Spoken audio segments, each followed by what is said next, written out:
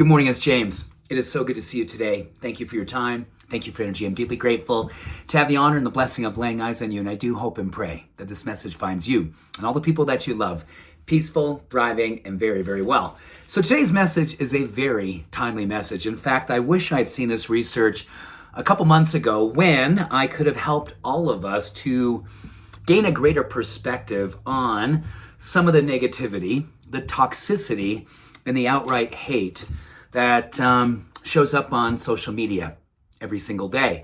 So this morning I saw some particular horrible things, and I decided I was going to do a deep dive, not on the horrible things, but try to get a real understanding of how many people are really behind what seems to be just a deluge of darkness. And very, very interesting, I found a fascinating report beginning with Adam Grant over at the University of Pennsylvania and his relationship to looking at Reuters, which is, I think, one of the most unbiased, highly reputable news sources. And basically, they were doing what I was hoping I could do. Find out what is the real source, how much of this information that's coming out is connected to the truth, and is it really just so many people that it would really make us all feel like, oh my gosh, I'm losing all hope in humanity. And not that all humanity appears to be doing amazing right now or doing a lot of amazing good things.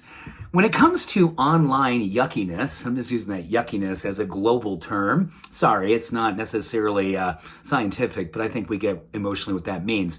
Just 3% of active users online, 3% of all active users online, social media, so from Facebook to Instagram to even, there I go, even X.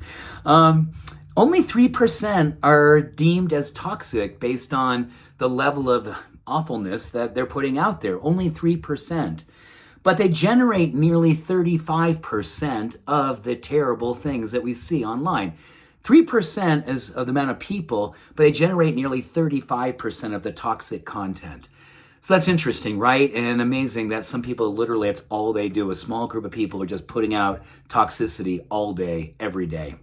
Interesting enough, only 1% of communities, literally 1% of a group of toxic content makers launch 74% of the conflict, meaning that they put out stuff that's very conflicting, that makes people angry with each other, that makes people at odds with each other, which creates more and more of this us versus them. Literally, again, 1% of communities, groups, small, very small groups, they launch 74% of the conflict that we see every single day. So that's also compelling and very, very interesting. And only 0.1% of users spread 80% of conspiratorial and fake news. Less than 1% of the users across the board on social media are spreading 80% of the conspiratorial and fake news. So we could talk about this for a long, long time, but I just wanted to kind of level set for you and for me. This really, really opened my eyes to thinking about really, as much as I know there's a lot of rough, really rough, hard stuff that we see online. I think some of it catches us by surprise. Sometimes we're kind of over there putting ourselves more vulnerable and susceptible to it.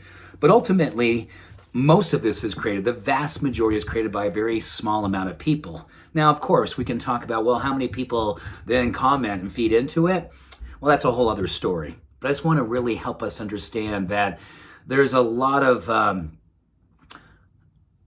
ways that we can get lost in social media.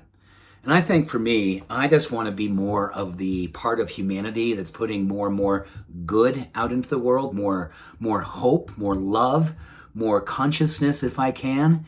And that's not a left or right thing. That is just hopefully a good thing. And I know this community does that as well. And I really want to appreciate you for that. These are hard times. When we see these kinds of stats, it helps us, I think, to put in perspective the source and the smallness of these communities, the smallness of the people in these communities, and an opportunity to continually put good out in the world and allow us to outshine the light and outlove the darkness. I hope this was helpful. It's a different kind of message today, but I found it somewhat sobering, but also somewhat emboldening for me to want to continue to rise up and be activated to be a force for something good. I'll look forward to seeing you soon. Much love. Every blessing. Bye for now.